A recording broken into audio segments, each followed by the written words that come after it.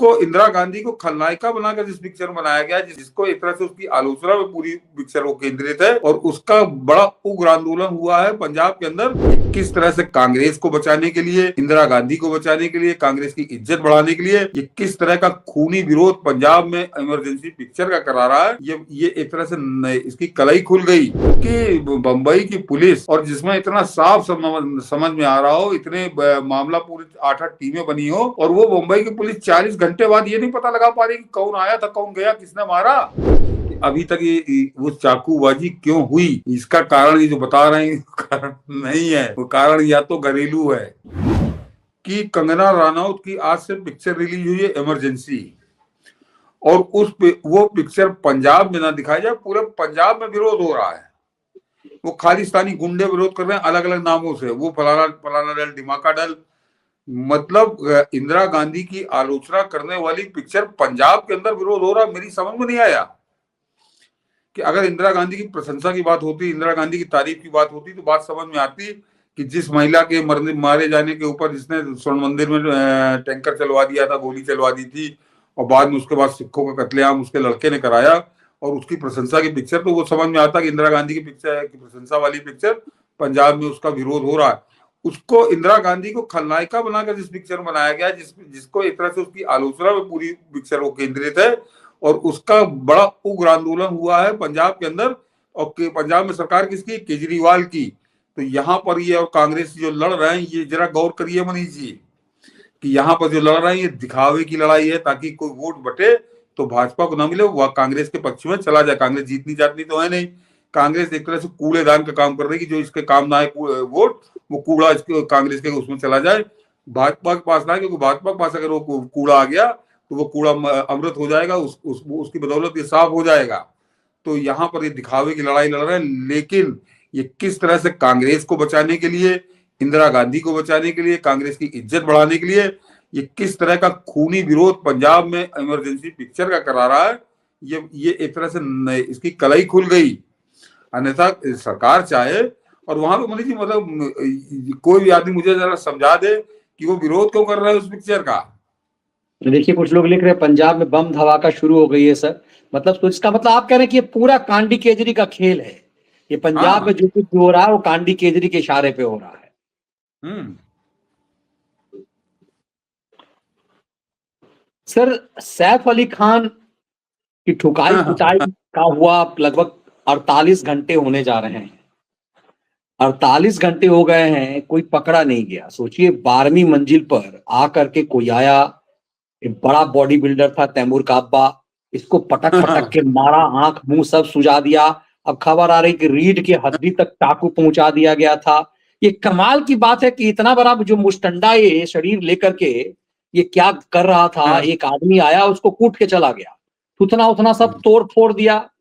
अब ये पूरा जो काफिला जा रहा है मिलने के लिए, टेलीविजन चैनल उसे दिखा रहे हैं। ये कमाल की बात यह है कि 48 घंटे बाद एक को डिटेन भी किया गया, जिसको टीवी चैनल वाले वो नौटंकी कर रहे थे, सीढ़ी से उतर रहा, पकड़ा गया अपराधी, पकड़ा गया अपराधी। वो बेचारा उसका हम लोग कल ही कह चुके थे, इसका कोई रिश्ता नजर नहीं आता है। ये खेल तो बड़ा अजीब सा नजर आ रहा है मनीष जी। ये मामला फंस गया, और ये अब जो है उस सच को बचाने की, उस सच को छुपाने की कोशिश हो रही है। दर्शक इसको समझे, सही बात है कि राक्षस ऐसी अपनी बॉडी बनाया है, और अभी जो रिपोर्ट आई है उसमें यह है कि वो चाकू अगर थोड़ा सा आगे बढ़ गया होता तो ये जिंदगी भर के लिए इसको लकवा मार जाता। ये बच गया है किसी तरीके से, जो डॉक्टर कह रहे हैं रीढ़ की मुझको हंसी आती है। तो इतना गंभीर मामला, और रीढ़ की हड्डी, चाकू तक, रीढ़ की हड्डी बड़ी नाजुक चीज होती है। लेकिन मनीष जी, अब उस घटना को करीब करीब समझिए, सही बात है 40-45 घंटे हो रहे हैं, अभी तक पुलिस कह रही कि हमको पता नहीं चल पाया कि कौन आदमी था, कहां से वो घुसा था, कैसे गया था। तो ये बंबई की पुलिस है, तमाशा है, तमाशा नहीं है, उसको तमाशा बनाया जा रहा है। अब आ रहा हूँ जरा गंभीर बात, हंसी मजाक की बात तो हो गई, और ये बात जरा देवेंद्र फडणवीस बहुत अच्छे से समझ लें मनीष जी कि ये अभी मैं नाम नहीं लूंगा, को बोलना ठीक नहीं, क्योंकि अभी बहुत ज्यादा जानकारी मेरे पास है नहीं। बाकी मुझको कुछ आसार नजर आ रहा है, लेकिन मैं अभी नाम नहीं लूंगा।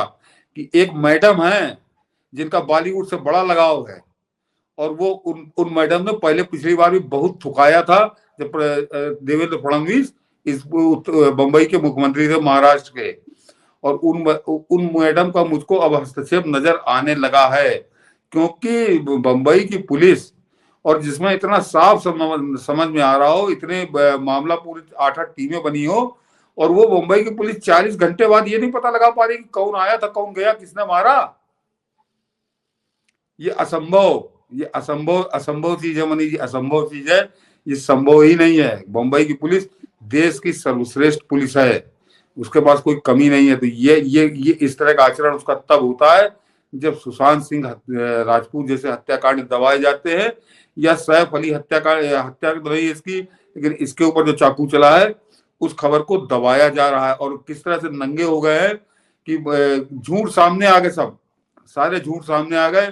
कि जो पहले बताएगा कि वो खाली पहले के दिन का कि वो अपने 5 बरस का जो लड़का था उसके साथ गया, वो इब्राहिम उसको लेकर गया था, जो उसका सौतेला लड़का है करीना कपूर का, पहली बीवी से जो उसका बच्चा है। तो आज डॉक्टर का जो बयान आया वो तो टेलीविजन पे बोल रहा, कह रहा कि नहीं इसके साथ कोई नहीं था, इसके साथ एक छोटा बच्चा था, उसका मेरे ख्याल से तैमूर जिसको तो कहते हैं, उसके साथ सैफ अली खान खुद चलकर आए थे। तो अस्पताल के अंदर ही अपने लड़के के साथ गया। वो ऑटो वाले को पकड़ लिया गया, ऑटो वाले ने बताया कि ये था, इसके साथ एक बच्चा था और साथ में एक आदमी और था, मैं उसको जानता नहीं, लेकिन वो आदमी भी इसके साथ था। और यहाँ पे कहानी कल से क्या बताई जा रही, तो ये अपना कोई बयान दे ही नहीं रहे। दूसरे उसकी मेड ने बताया कि हमने उसको कमरे में बंद कर दिया था, तो कमरे में बंद कर दिया था तो भाग कैसे गया, भागने के बाद छोड़ दो, वो अंदर आया कैसे, दरवाजा किसी ने, तो ये सारी बातें उलझी हुई हैं जिसका कहीं कोई स्पष्टीकरण नहीं है। और कुल मिलाकर अभी तक का जो पूरा सीन बन रहा है वो ये है कि असली वजह जिसके वजह से उसके, और मैंने कल भी कारण कहा था, मैं फिर दोहरा दे रहा हूं कि अभी तक, क्योंकि वो चाकूबाजी का फिर कारण दूसरा निकलेगा सामने कि अभी तक ये वो चाकूबाजी क्यों हुई, इसका कारण ये जो बता रहे हैं कारण नहीं है। वो कारण या तो घरेलू है, कहीं कोई जायदाद की विरासत का मामला, मैं कहूंगा अभी ज्यादा खुलकर नहीं बोलूंगा, कि कुछ हिस्सा बांट वाला मामला है और उसमें चाकू चल गए, ये इसकी कहानी है। या फिर वो मीठे वाला मामला जो मैंने कल कहा था, पहले तो सवेरे जब मैंने फोटो देखी जिसको लड़के दिखा रहा था तो मुझको लगा कि मीठे वाला ही मामला है, लेकिन मीठे वाला तो नहीं निकला, उसके कोई हाथ नहीं मिले हैं। लेकिन अभी तक की जितनी ये प्रपंच कथा पिछले 24-48 घंटों से खासकर जो न्यूज चैनल जुटे हुए हैं, इनको कहीं सिर पैर नहीं मालूम है, वो मैडम इसको संभवतः मैनेज कर रही हैं।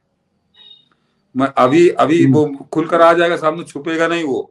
और इस बात पर जो मुख्यमंत्री फडणवीस हैं वो जरा ध्यान दें, क्योंकि पिछली बार मैडम का जो बॉलीवुड प्रेम था वो बहुत भारी पड़ा था देवेंद्र फडणवीस पे। तो अब की वो मैडम का बॉलीवुड प्रेम इसमें कहीं जो फिलहाल उसके कई आसार नजर आ रहे हैं वो ना दिखे तो ज्यादा बेहतर है। और उसके अलावा ये आदमी बचेगा तो नहीं। अब ये 21 करतूत की वजह से, इसकी कुकर्मों की वजह से इसमें चाकू चला है, इसको बचाने का पूरा खेल चल रहा है, जो पुलिस बता रही है कि अभी तक हम पता नहीं कर पाए। तो वो एक स्टोरी तैयार हो रही है। नहीं देखिए ना, बेटवा बड़का बेटवा इब्राहिम नहीं था, बीबी नहीं थी, और सेम फ्लोर अगले ऊपर वाले फ्लोर पे वो रह रही थी, और ये ऑटो से जाना पड़ा। और ये देखिए नैरेटिव चलाया जा रहा है कि सलमान खान पे हमला हुआ, सैफ अली खान पे, तो ये जरूर कुछ ऐसा है जो इन लोगों को मार देना चाहते। तब साले तुम ऑटो से क्यों गए? और ये मतलब इतने पैसे वाले हैं, बॉलीवुडिया हैं, ये मामला नहीं है भाई, ये सब तो नवाब है। ये बार बार कहना पड़ेगा, उनको ऑटो से जाना पड़ गया। एक ही ड्राइवर था इनके पास, क्या लोअर मिडिल फैमिली की तरह।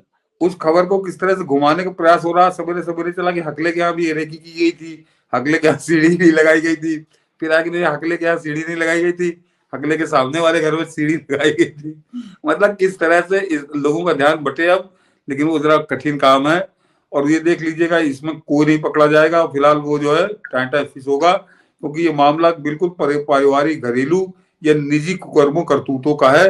अब देखे क्या बताता, अब तो छूट के बता रहे कि शायद उसका फर्ज हो गया है, रात में उसका कुछ बयान लिया गया, तो देखे कल क्या बयान आता है। लेकिन फिलहाल अभी इसके लीपा पोती हो रही, कुछ बड़ा पेच है, वो बचे। और मैडम जरा दूर रहे इससे तो ज्यादा ठीक रहेगा। मतलब ये चीजें साफ साफ दिख रही है, फिर भी किस तरह से झोल बनाया गया। और इसीलिए मैं कहता था, मेरा सनसनीबाज मुझे कभी अक्सर याद आता है जब वो कहता था टीवी में पढ़े लिखे लोगों की जरूरत नहीं होती। जब ये पढ़े लिखे होते तो थोड़ा सा इस पे भी दिमाग लगाते। दिन भर नाचा और एक महत्वपूर्ण खबर का, कल का इसरो की खबर को दबा दिया इन निर्लज्जों को। अब देखिए, हो सकता है कि बड़े बेटे ने कूट दिया, बीबी और बड़ा बेटा ने मिलकर मारा हो, बहुत कुछ हो सकता है सामने में। नहीं, न्यूज चैनलों का तो मोदी जी कल सवेरे से लगे हैं और 6 रिपोर्टर लगे हैं। मतलब वो अस्पताल में दो बिल्डिंग के बाहर, दो बिल्डिंग के उधर। और दर्शकों, आपको ताजुब होगा कि लाखों रुपए महीने के वो रिपोर्टर, कि वो 6 कल सवेरे से आज तक लगे हैं और उनको ये तक नहीं पता चला कि कौन आया था, कौन गया, अब किधर से आया था, किधर से गया। और मैं बता रहा हूँ, क्योंकि हम लोग मराठी पढ़ते नहीं है, जानते नहीं है, निश्चित तौर पर मनीष जी, जो वहां का प्रिंट मीडिया है उसके पास सारी खबर होगी और वहां छप भी रही होगी, ये भी बता दूं आपसे। लेकिन ये जो बैठे सफेद हाथी हैं न्यूज चैनलों के, लोहा कूटने वाले, लिया माइक और कैमरा टहल रहे, इनके पास खबर नहीं है। इनके पास खबर नहीं, इसीलिए समझ में आता है, इसीलिए कि मेरा सनसनीबाज क्यों ऐसा कहता था कि अनपढ़ों की टोली है और जो चीजें साफ दिख रही है उन्हें ये दिखाई नहीं दे रहा।